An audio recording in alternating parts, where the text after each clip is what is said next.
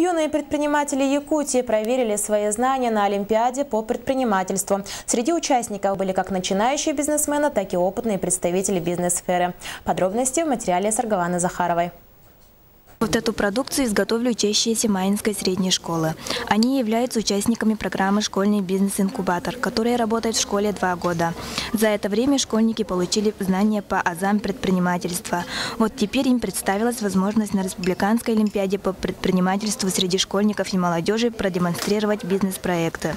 Мы, так как являемся школьным бизнес-инкубатором, сегодня предоставили из 30 бизнес-проектов 12 разные виды производства. Да? Мы занимаемся, дети приготавливают иван-чай, приготавливают варенье, морсы делают.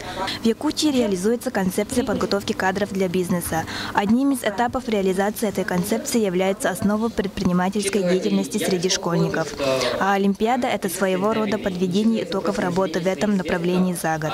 У нас очень теплые взаимоотношения сложились с преподавателями средних учебных заведений, практически в каждом из которых ведется сейчас предмет основы предпринимательской деятельности.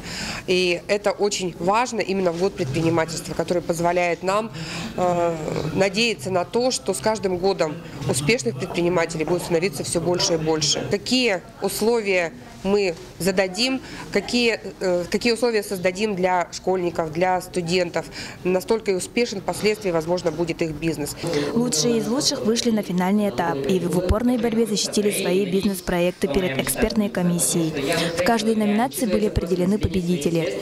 Школьники имеют очень хорошую поддержку и при желании могут в будущем открыть свой бизнес и улучшить благосостояние республики, отметила генеральный директор бизнес-школы. Саргалана Федорова, Василий Слепцов, НВК Саха, Якутск.